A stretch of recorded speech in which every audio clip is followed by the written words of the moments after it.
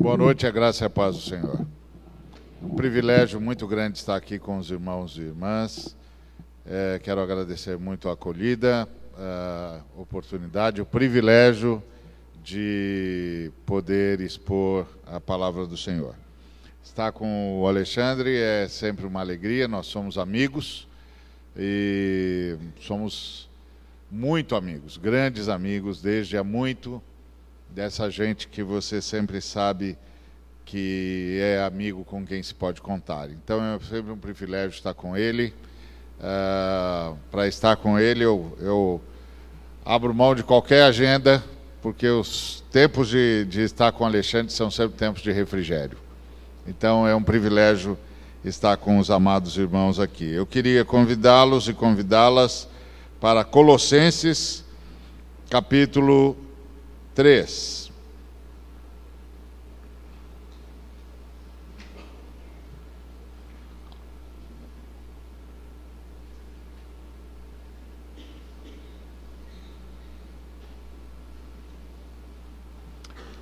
Começando pelo verso de número 10.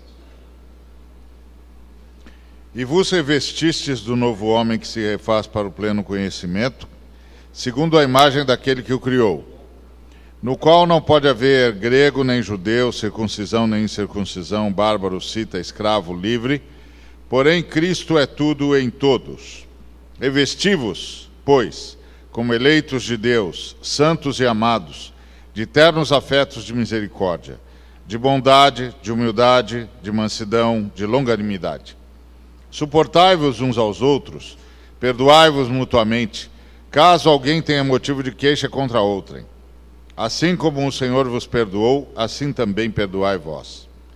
Acima de tudo isto, porém, esteja o amor, que é o vínculo da perfeição. Seja a paz de Cristo o árbitro em vosso coração, a qual também fostes chamados em um só corpo. E sede agradecidos. Habite ricamente em vós a palavra de Cristo. Instruí-vos e aconselhai-vos mutuamente em toda a sabedoria, louvando a Deus com salmos e hinos e cânticos espirituais, com gratidão em vosso coração. E tudo o que fizerdes, seja em palavra, seja em ação, fazei-o em nome do Senhor Jesus, dando por ele graças a Deus Pai. Que o Senhor abençoe a sua palavra e que a sua palavra nos cure e nos converta, em nome de Jesus.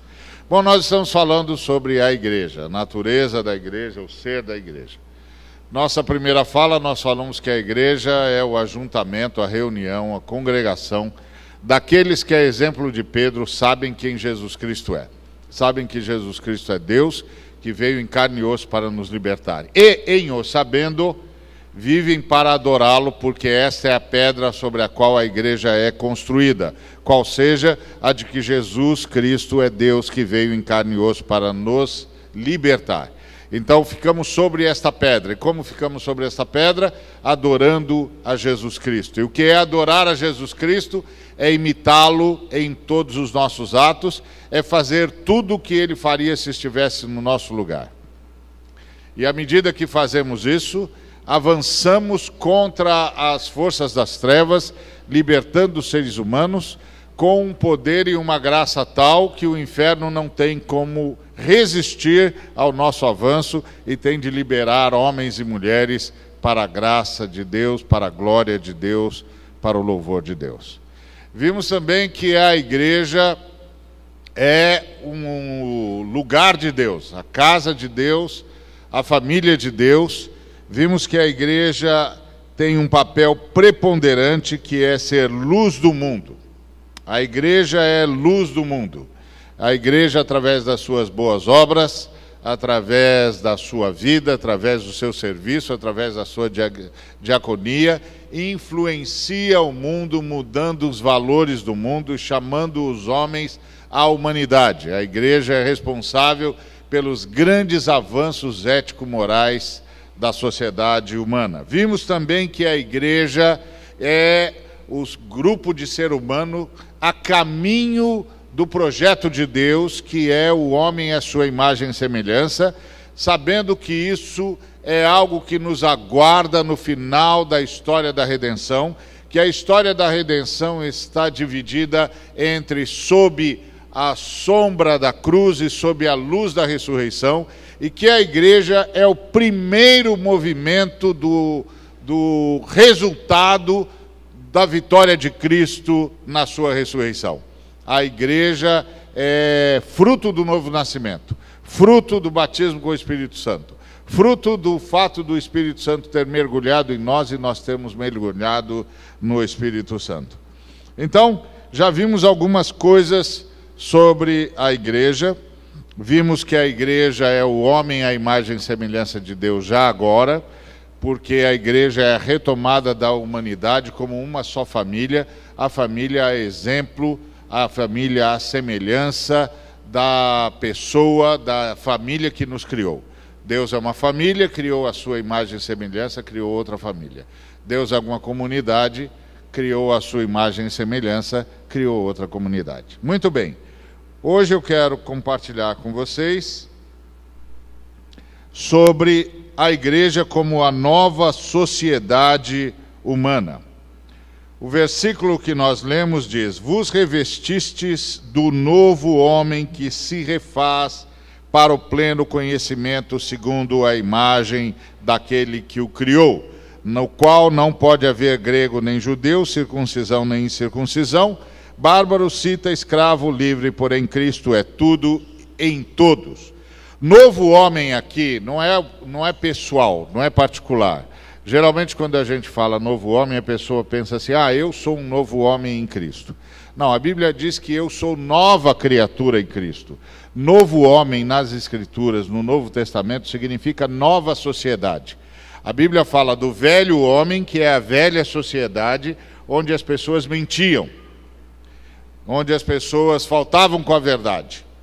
E agora tem um novo homem, uma nova sociedade, onde todos são iguais, ou seja, onde não há grego, nem judeu, nem circuncisão, nem incircuncisão, nem bárbaro, nem cita, nem escravo, nem livre, porém Cristo é tudo em todos. Então você está vendo, a ideia aqui é de uma sociedade. Vos revestistes da nova sociedade que se refaz, que é todo dia renovada, para se tornar cada vez mais conhecedora de Deus, conhecedora do projeto de Deus. E em se tornando cada vez mais conhecedora de Deus, conhecedora do projeto de Deus, conhecedora do objetivo de Deus, se tornar cada vez mais parecida com a Trindade. Então, o que é a igreja? A igreja é uma nova sociedade que todo dia se refaz, que todo dia cresce, que todo dia ganha mais conhecimento da Trindade. Em ganhando mais conhecimento da Trindade, se torna cada vez mais parecido com a Trindade que a criou, de modo que se torna uma sociedade onde a igualdade entre os seres humanos se estabelece. Não há mais divisão entre os seres humanos. Não há mais os gregos e os judeus, os circuncisos e os incircuncisos, os bárbaros, os citas, os escravos e os livres. Não, todos são iguais, porque Cristo é tudo e em todos. Então é uma nova comunidade. Imagina como Deus foi solapando as bases do Império Romano. Imagine que você é um nobre romano. Você tem muitos escravos, porque o mundo romano era um mundo de homens livres, poucos homens livres e muitos escravos. Então você, como um nobre romano, tem muitos escravos. Mas você está passando por uma crise muito brava, uma angústia, um desespero que não sabe de onde vem. Você já apelou para todos os seus deuses, os romanos tinham muitos deuses. Então você já apelou para todos os seus deuses e não consegue dormir. Numa dessas suas angústias, numa dessas suas agonias, um escravo seu procura você e diz assim: escuta, eu posso orar pelo senhor? Estou vendo que o senhor anda agitado, que o senhor não dorme, que o senhor não tem mais paz, que o senhor não tem mais alegria. Eu posso orar pelo senhor? Bom, você é um romano, você está acostumado com muitos deuses. Para você, mais um deus, menos um deus, não faz a menor diferença. você diz para o sujeito, pode orar. E ele ora. E naquela noite, depois de muito tempo, você dorme. Finalmente você dorme, e quando você acorda, você está renovado, você está repleto de esperança, está repleto de alegria. Você chama o escravo e você diz, escuta, para quem foi que você orou? E ele diz, para Jesus Cristo, Filho do Deus vivo.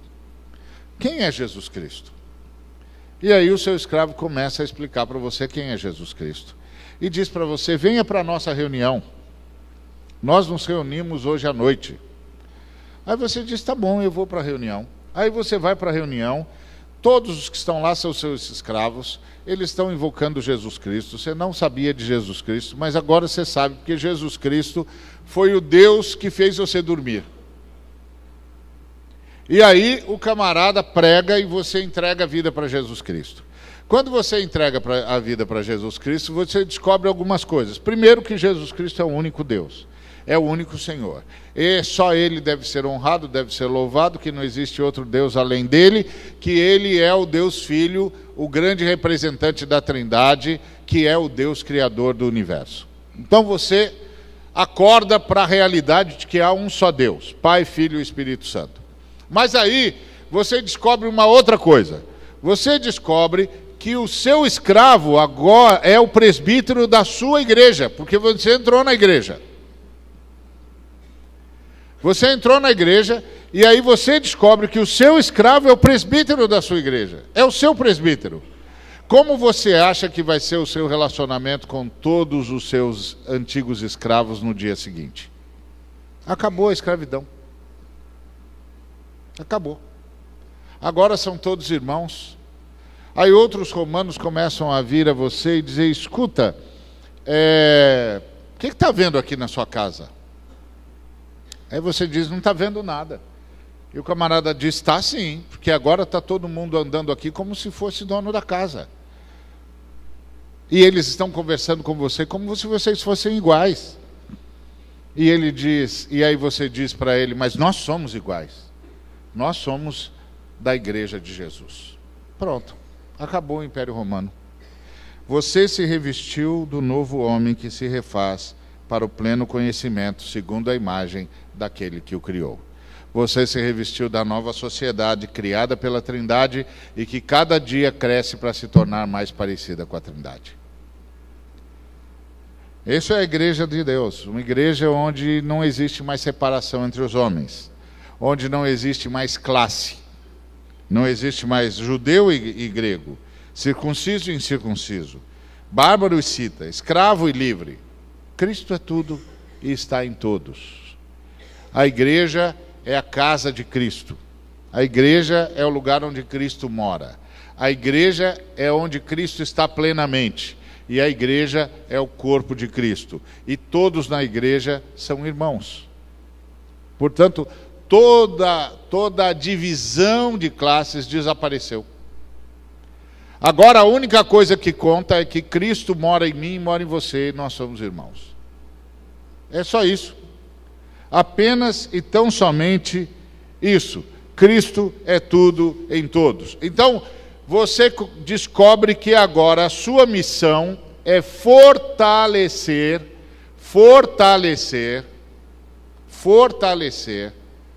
a igreja. Fortalecer a realidade da igreja. Cooperar com esse crescimento da igreja, com essa refeitura diária da igreja no pleno conhecimento, segundo a imagem daquele que o criou. Essa é a ideia. Então, como é que você faz isso? Como é que você faz para que essa igreja seja refeita todo dia? Como é que você faz para que essa igreja seja cada vez mais parecida com a Trindade? Como é que você faz para que essa igreja manifeste cada vez mais a família Deus, Pai, Filho e Espírito Santo? Como é que você faz para que essa igreja seja cada vez mais uma demonstração do amor de Deus e uma tela onde se possa ver a ação de Deus, onde se possa ver a Trindade, onde se possa ver o Pai, o Filho e o Espírito Santo? Como você faz? A Bíblia diz, você se reveste como eleito de Deus, de misericórdia, de ternos afetos de misericórdia. Então, como é que nós cooperamos para a edificação da igreja? Jesus Cristo disse que ele edificaria a sua igreja e que as portas do inferno não prevaleceriam contra ela. O que é que você faz para cooperar com a edificação da igreja? Você se deixa revestir, você se reveste junto com todos os irmãos, reconhecendo que você está aqui por vontade de Deus, que você e os seus irmãos são separados para Deus, porque isso significa ser santo. Ser santo significa ser separado por Deus, para manifestar Deus. A Bíblia diz que sem santidade ninguém verá o Senhor. E eu ouvi um pregador dizer algo com o qual eu concordo. Ele disse: não significa que se você não for santo, você não verá o Senhor. Significa que se você não for santo, as pessoas que rodeiam você, que andam com você, não verão o Senhor. Você é a única demonstração que Deus tem em alguns lugares. Conheci um irmão que trabalhava numa comunidade carente no Rio de Janeiro. O maior desejo dele era ir para Israel. Esse era o sonho dele. Queria ir para Israel, queria ir para Israel, queria ir para Israel, queria conhecer Israel. Mas não tinha oportunidade. Era um missionário numa região pobre, um missionário pobre no meio da miséria do Rio de Janeiro. E aí ele disse uma vez em oração ao Senhor o seguinte: Senhor, eu queria muito andar pelos lugares onde o Senhor andou. E o Senhor disse para ele: filho, mais importante do que você andar nos lugares onde eu andei, é eu, graças a você, estar podendo andar nos lugares onde nunca tinha andado antes. Isso é santidade.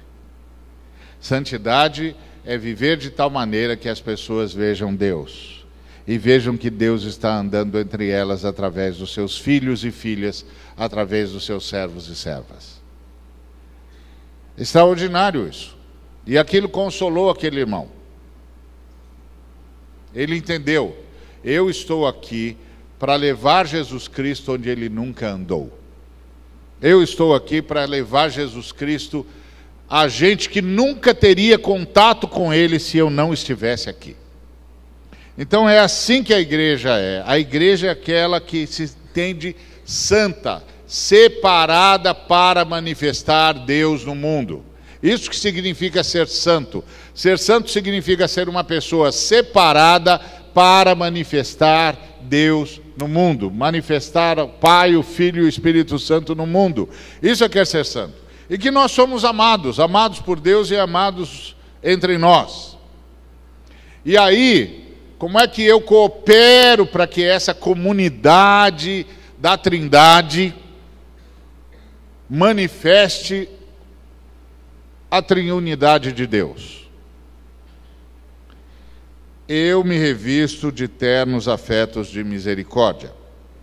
Eu começo a calibrar o meu relacionamento a partir do poder do Espírito Santo.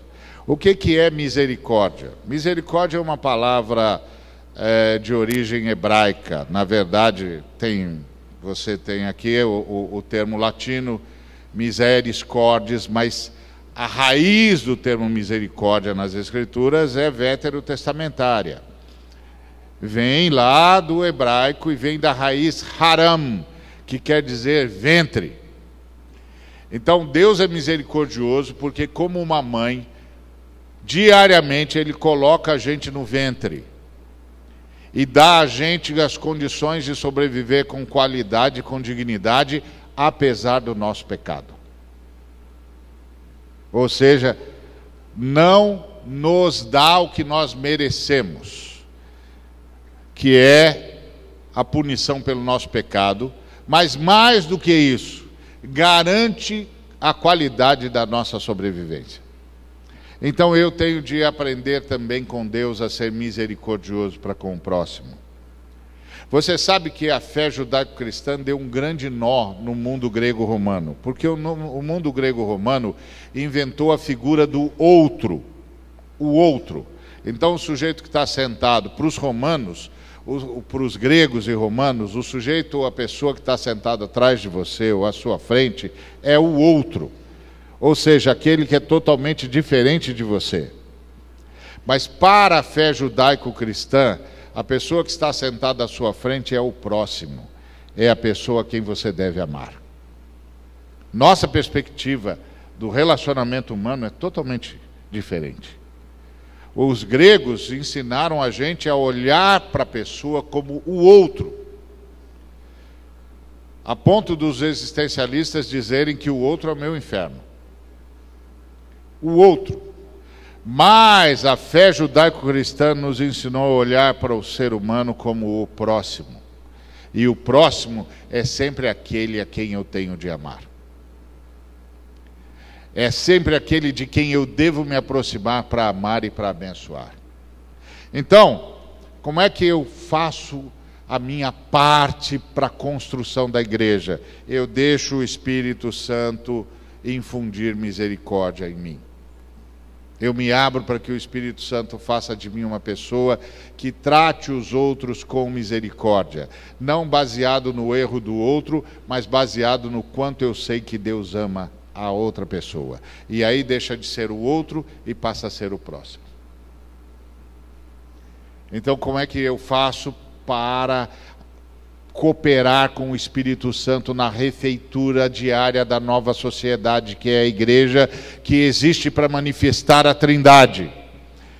Eu me abro para que o Espírito Santo infunda em mim o espírito de misericórdia, de maneira que eu trate você como meu próximo e possa oferecer a você sempre a oportunidade de ser abençoado. E ao invés de tratar você a partir dos seus erros, trato você a partir do amor com que eu sei que Deus ama você. E mais, me revisto de ternos afetos de bondade. Então, não importa quem é a pessoa, quem é o meu irmão, quem é a minha irmã, eu serei bondoso para com ele. Eu serei bondoso para com ela. Eu farei o bem. Se eu não posso fazer o bem, eu oro pelo bem. Mas eu só desejo o bem. Eu só busco o bem. Eu só penso no bem. Por isso que a igreja de Cristo é um lugar onde não tem fofoca. Por que na igreja de Cristo não tem fofoca? Porque todo mundo só deseja o bem. Só faz o bem. Só quer o bem do outro.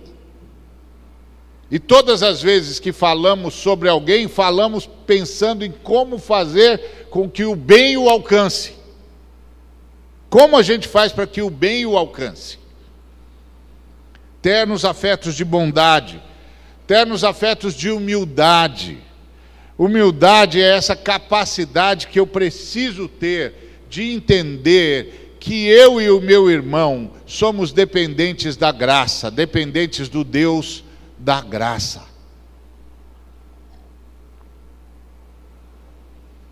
Que somos iguais, que eu não sou melhor do que ele, que estamos todos submissos à bondade, à misericórdia e ao amor do Eterno.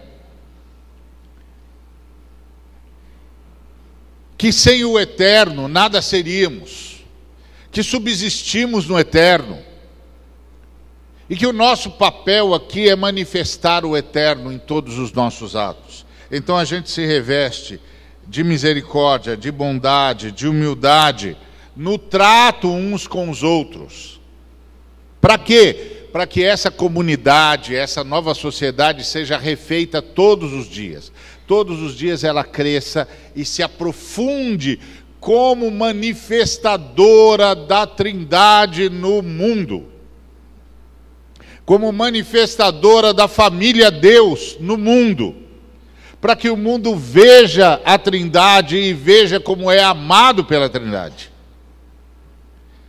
Então, nós nos revestimos de mansidão. Mansidão é a capacidade de ajudar. O manso não sonega os seus dons, não sonega as suas possibilidades. Pelo contrário, partilha tudo com todos. Então, eu deixo o Espírito Santo me revestir de um espírito de mansidão, de capacidade de repartir, de abençoar, de partilhar, de oferecer, de ofertar ao meu próximo, ao meu irmão, à minha irmã, todas as possibilidades que Deus, por sua graça, me permitiu ter. Porque eu sei que tudo que Deus, por sua graça, me permitiu ter ou auferir, não é para mim, porque no reino de Deus, tudo é pão nosso. Tudo é pão nosso. Tudo é para abençoar a todos, para que essa comunidade seja refeita cada dia, e cada dia de refeitura seja um aprofundamento em conhecer a Trindade e em manifestar a Trindade. O modo como a Trindade vive e o modo como a Trindade ama todas as suas criaturas. E eu deixo o Espírito Santo me revestir de longanimidade. Longanimidade é a capacidade de suportar sofrimento, principalmente de suportar a imaturidade do outro. Porque todos passamos por esse caminho, ninguém de nós nasce feito.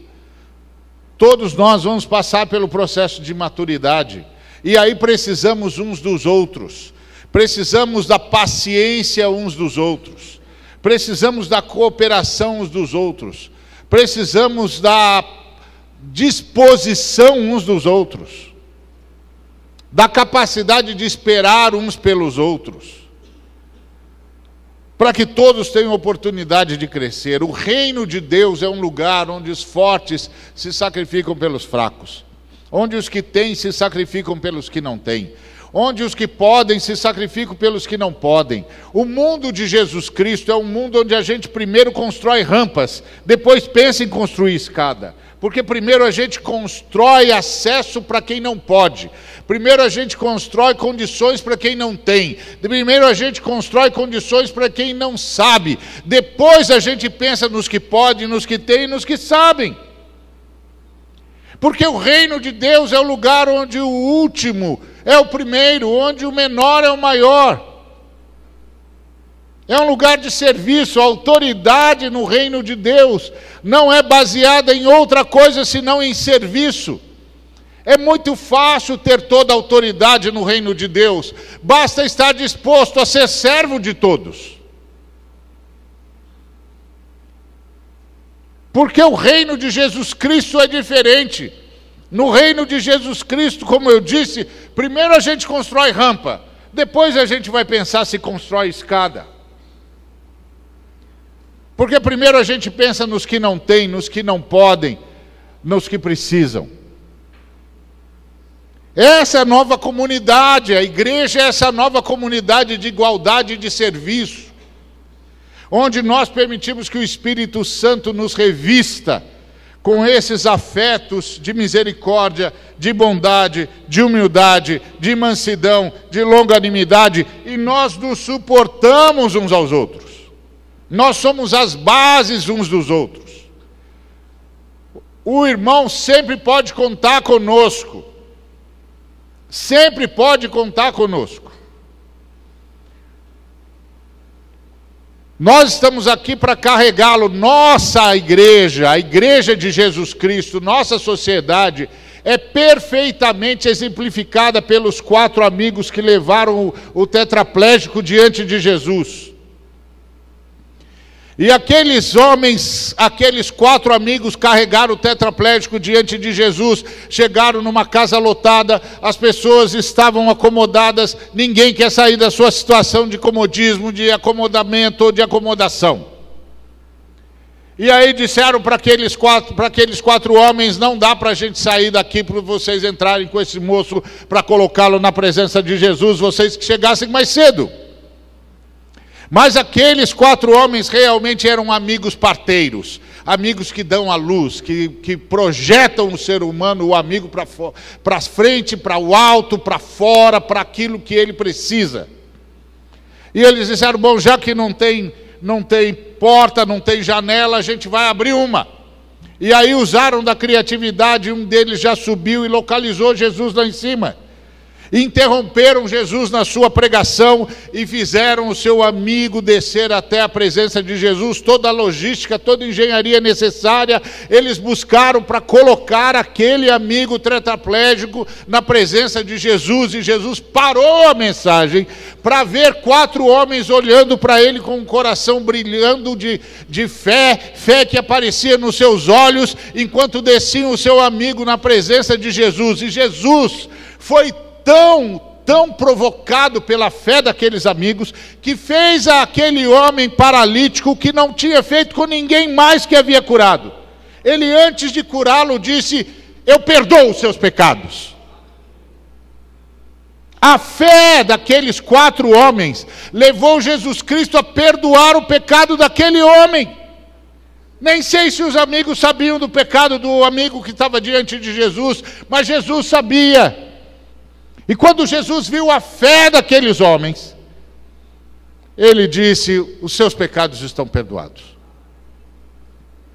E se revelou como Deus. Porque os fariseus, os escribas que estavam lá, começaram a razoar no coração: como é que ele pode perdoar pecados? Só Deus pode perdoar pecados. É verdade, só Deus pode perdoar pecados. E o que é que Jesus Cristo estava dizendo? Pois eu sou Deus. O que é mais fácil dizer? Perdoados são os seus pecados, ou dizer ao paralítico: levanta e anda? Por um profeta, mais fácil dizer levanta e anda do que perdoados são os seus pecados, porque para perdoar pecado precisa ser Deus.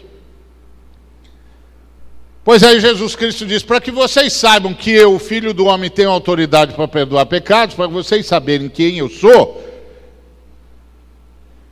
ele disse ao paralítico: levanta, toma o teu leito e anda.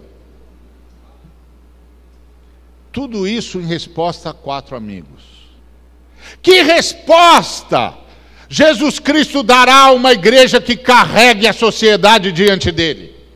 Que resposta Jesus Cristo dará à igreja que carregue uma sociedade tetraplégica, manietada nos seus valores, na sua ética, na sua moralidade, nos seus relacionamentos, e coloque diante de Jesus e diga: Jesus, perdoe esse povo, ilumine esse povo e faça-o ficar de pé novamente? Isso é a igreja.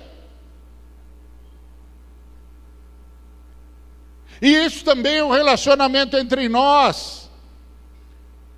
Quando a gente encontra um irmão que está combalido na sua fé, a gente não diz: olha, sem fé é impossível agradar a Deus, você está perdido, Deus vai te amaldiçoar. Não, a gente diz: meu irmão, se você não pode crer, nós vamos crer por você. Nós vamos carregar você diante de Jesus. E seja o que for que você tenha, Jesus vai curar você, vai abençoar você, vai perdoar você e vai colocar você de novo de pé. Nós não vamos desistir de você. Isso é a igreja. Suportamos-nos uns aos outros e perdoamos-nos mutuamente. Quando um de nós tem problema de queixa contra o outro, já perdoa, claro, já perdoa antes, perdoa de primeira. Por quê? Porque assim nós somos perdoados pelo Senhor. Ora, todo dia eu oro: perdoa-nos as nossas dívidas, assim como nós perdoamos os nossos devedores. Ou seja, eu já perdoei, eu já pedi ao Pai para perdoar o sujeito que pecou, como é que eu não vou perdoar? Eu já pedi perdão para ele. Já pedi para o Pai que o perdoe. Pai, perdoa as nossas dívidas. O meu colega lá que me aviltou também está lá nas nossas dívidas. Assim como nós perdoamos os nossos devedores. Pronto, eu disse: olha, eu já perdoei ele, o Senhor me perdoa também, perdoa todo mundo. Porque é o perdão que sustenta o universo, meu amigo.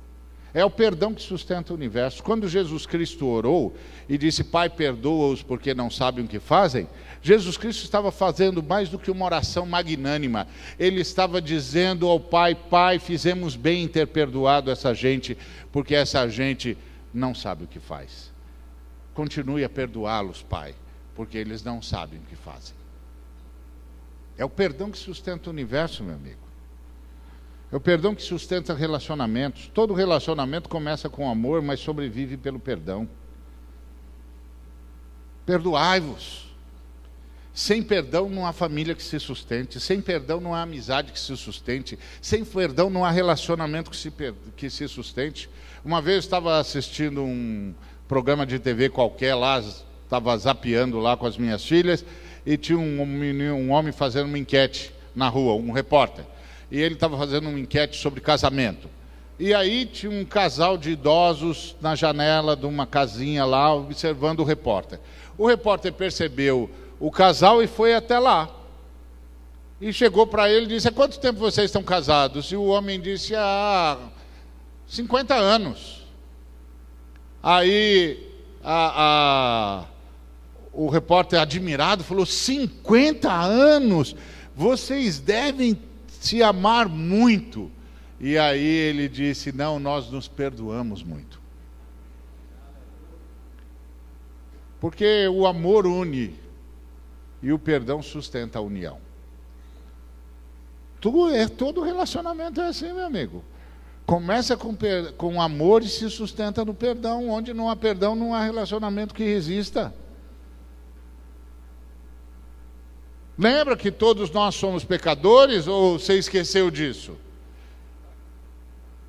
O sujeito vai pecar, e se eu não perdoar, como é que vai ser? E eu vou pecar, e se eu não for perdoado, como é que vai ser?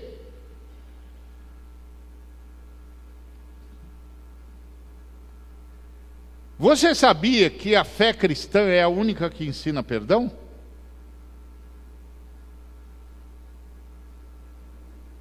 É a única que diz: sem perdão não há salvação? Então, perdoai-vos mutuamente, caso alguém tenha queixa contra outrem. Assim como o Senhor vos perdoou, assim perdoai vós também. Assim nós estamos construindo com o Espírito Santo essa nova sociedade que é refeita todos os dias. É refeita todos os dias. Você nunca imaginou que todo dia Deus está refazendo a comunidade cristã em cada um de nós? Nós somos um poema que Deus está escrevendo. Está lá em Efésios 2, 10. Porque somos feitura dele, criados em Cristo Jesus para as boas obras, as quais Deus de antemão preparou para que andássemos nelas. A palavra que está traduzida por feitura é a palavra poemeu, quer dizer que nós somos poemas que Deus está escrevendo a cada dia. Em Cristo Jesus. A tinta que Deus usa para escrever a mim e a você é o sangue de Jesus. E isso tem de ser manifesto no meu relacionamento com o meu irmão. Eu sei que o meu irmão também está sendo reescrito todo dia. Como eu. Que a cada dia ele está se tornando o poema que Deus quer que ele seja. Como eu. E por isso nós nos perdoamos. Nós nos abençoamos, porque nós sabemos o que o Espírito Santo está fazendo na vida de cada um de nós. E isso, meu amigo, isso, meu irmão, isso, minha irmã, é pelo poder do Espírito Santo. Uma vez que a gente sabe que tem de revestir-se como santos de Deus, como gente que é a mostra de Deus na terra, e amados de Deus, de afetos de misericórdia, de bondade, de humildade, de mansidão, de longanimidade, quando a gente percebe que a gente tem de se revestir disso, que conclusão que a gente chega? A gente diz: eu não posso, mas eu tenho, como é que eu faço? Eu não posso me revestir de misericórdia, mas eu tenho de me revestir de misericórdia. Eu não posso me revestir de bondade, porque eu não tenho bondade para me revestir, mas eu tenho de me revestir de bondade. Eu não posso me revestir de mansidão, porque em mim mesmo não há mansidão para eu me revestir, mas eu tenho de me revestir de mansidão. Eu não posso me revestir de longanimidade, porque nem sei como fazer isso, mas eu tenho de me revestir de longanimidade. Então como é que eu faço? Essa é a relação entre a lei e a graça, meu amigo. A lei me coloca de joelhos para a graça me colocar de pé. Eu me ajoelho e digo: Senhor, eu sei que tenho, mas não posso. Eu não tenho, mas tu tens. Eu não posso, mas tu podes. Eu não sou, mas tu és. Eu me rendo.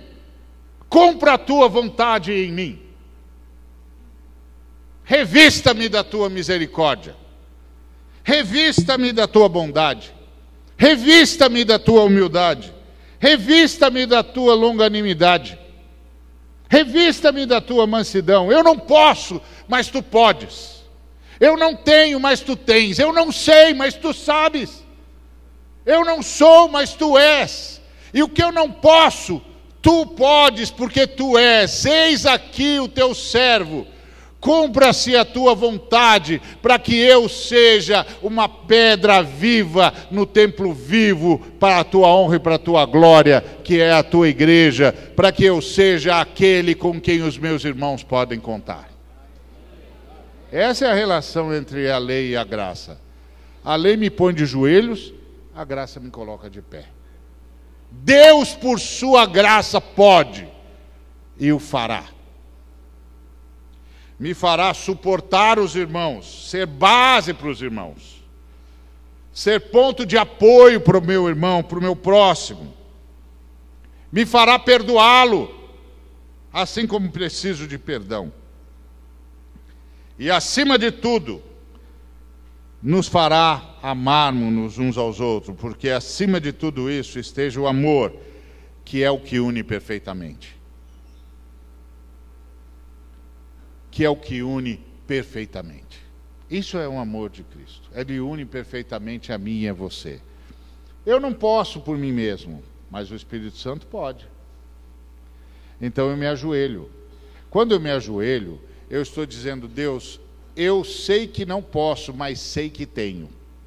Por isso me ajoelho, para que o Senhor possa assumir o controle. Porque se o Senhor assumir o controle, eu serei o que o Senhor quer que eu seja.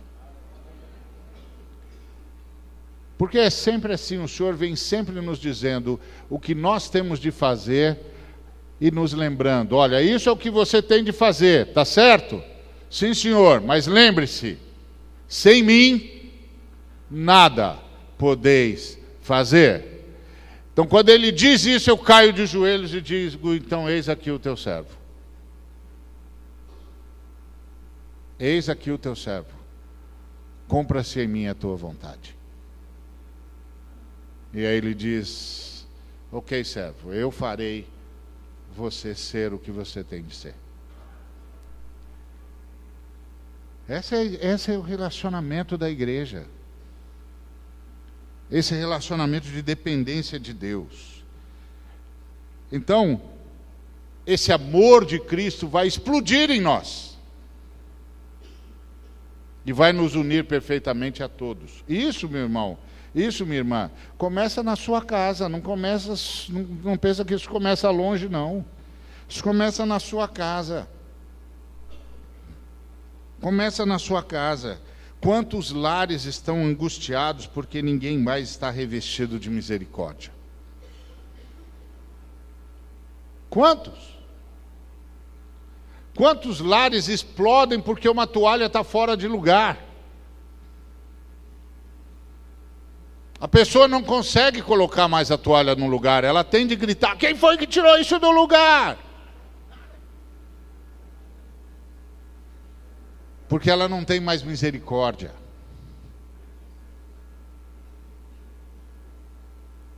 E ela troca toda a paz por uma toalha fora do lugar. E você diz: não é possível, não é possível que nós estamos fazendo isso. Mas nós estamos fazendo isso porque nós não temos mais misericórdia. Começa aí, meu amigo. Começa dentro da sua casa, antes de você sair para a porta fora. Quantos lares estão em crise porque não há mais bondade, só a cobrança. Alguém pensou que o segredo é casar, ou viver, ou relacionar-se com o filho, ou com a mãe, ou com o pai, de tal modo que aquele me faça feliz. Mas a única maneira de se relacionar com alguém é relacionar-se com alguém pensando em como fazê-lo feliz.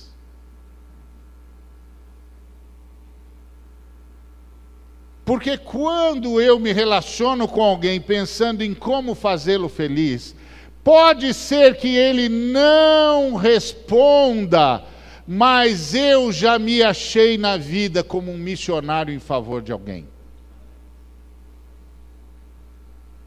Eu já achei um sentido para existir. Eu estou ajudando alguém a ser feliz. E nesse momento, eu imitei Deus. E quando eu imitei Deus, e Deus se viu em mim, o Espírito de Deus se derrama. Porque o Espírito Santo encontrou um caminho para se manifestar.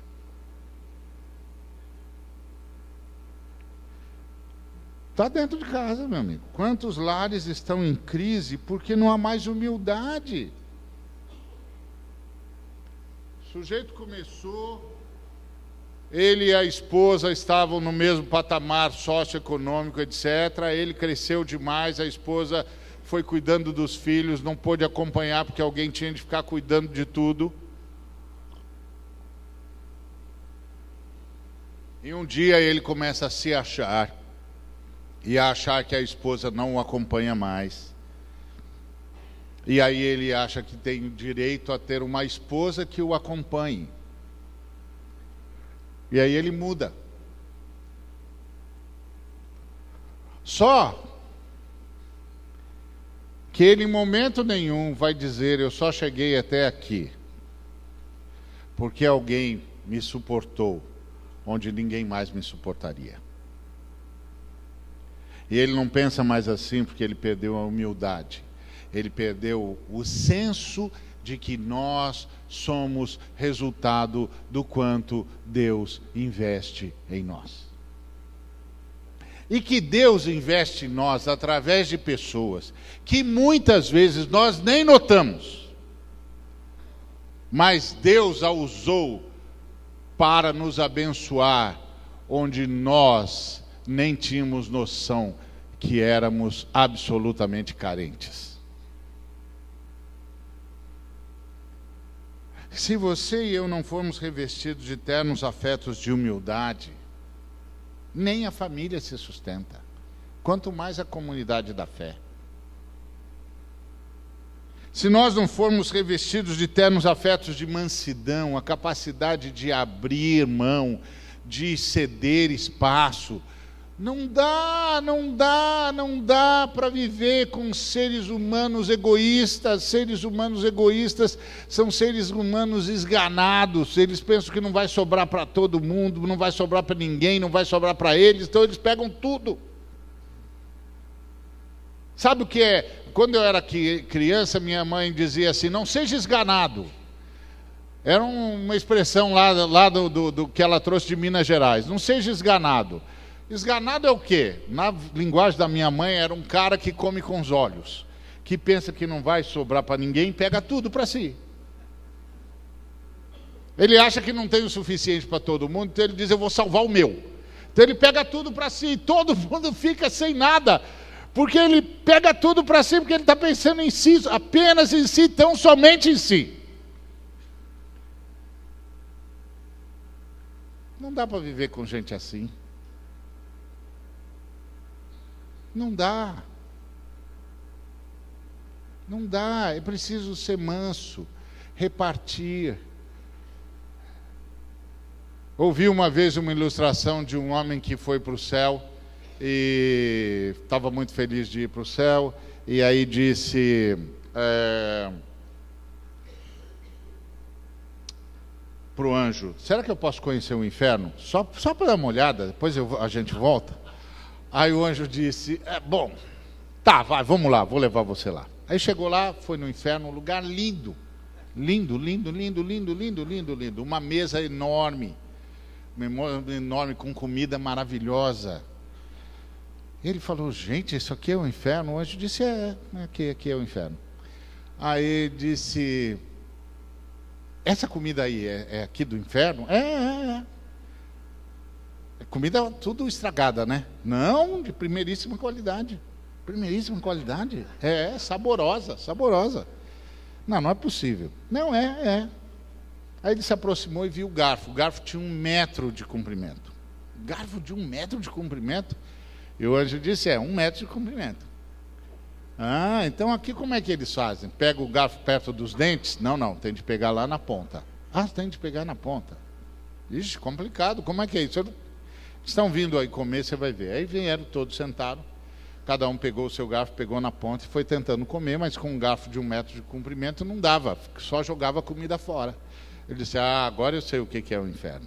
Ele falou, posso ir para o céu? Então vamos para o céu. Chegou lá no céu, um lugar tão lindo quanto, a mesma mesa, as mesmas comidas e o mesmo garfo. Ele disse, não é possível, o mesmo garfo, 1 metro de comprimento? O mesmo garfo. Mas aqui pode pegar o garfo perto dos dentes, né? Não, tem de pegar na ponta do mesmo jeito. Ei, como é que faz? Calma, o pessoal está vindo comer, você já vê. Sentou todo mundo pegou o garfo, o camarada com o garfo servia o que estava na frente dele. Porque com um garfo de 1 metro de comprimento pegando na ponta, eu não posso me servir, mas posso servir você. Aí ele disse, agora eu sei o que é o céu. Isso é o céu.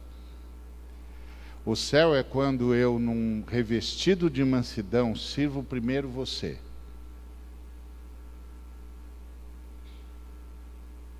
E aí você, em reciprocidade, serve a mim.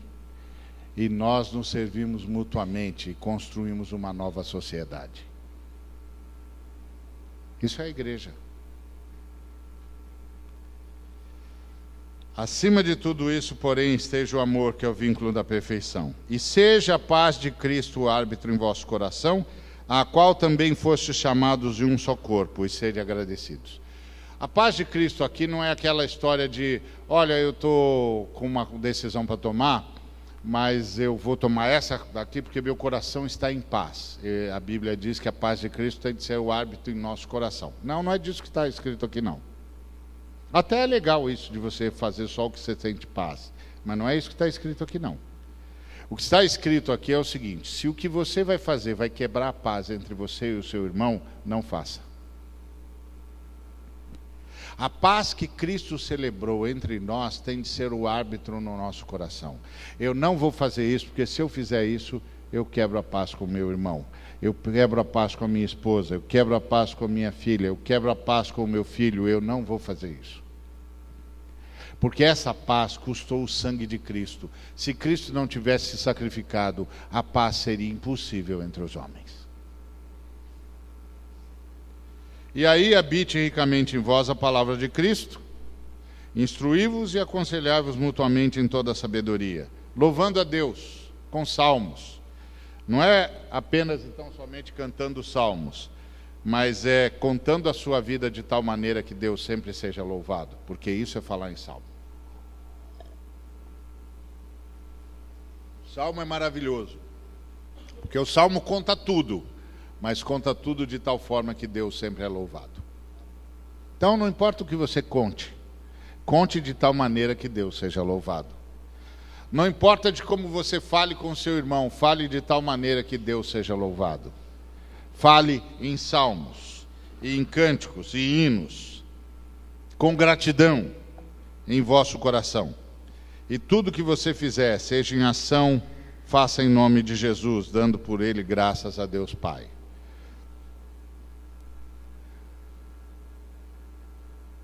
A ideia toda é que nós cristãos vivemos de tal maneira que até para lavar louça a gente precisa de Jesus. Porque a gente quer lavar uma louça que provoque elogios a Deus. Eu contei a história do homem da enxada numa das nossas falas. Havia um homem que trabalhava na prefeitura cavando buraco, cavando valetas. E quando terminava o trabalho dele, ao invés de lavar a enxada e subir no caminhão, ele pendurava o queixo, apoiava o queixo no cabo da enxada e ficava olhando para a valeta. Aí depois subia no caminhão. Aí os amigos dele disseram: gente, rapaz, a gente não vê a hora de subir no caminhão e você fica lá olhando para a valeta? Ele falou: eu não fico olhando para a valeta, não. Ah, não? O que você fica fazendo lá? Ele disse: eu fico falando com Deus. E o que você fala com Deus? Eu falo com Deus assim: está vendo essa valeta, Deus? Pode ter igual, melhor não tem não. Porque eu fiz para o Senhor. E eu fiz na tua força. E amanhã, quando os meninos vierem passar aqui os canos, eles vão chegar aqui e vão dizer: essa valeta está perfeita. E quando eles disserem que essa valeta está perfeita, eu quero que o Senhor receba isso como um elogio para o Senhor. Porque eu fiz, porque eu sei por que estou aqui, para quem eu vivo. E eu estou fazendo isso como um presente para o Senhor. Essa valeta é uma valeta que eu fiz para presentear o Senhor. É o que eu posso fazer, e o que eu posso fazer eu faço para o Senhor. Isso é fazer tudo em nome de Jesus. Imagina se eu fizer isso no meu relacionamento, a começar da minha família.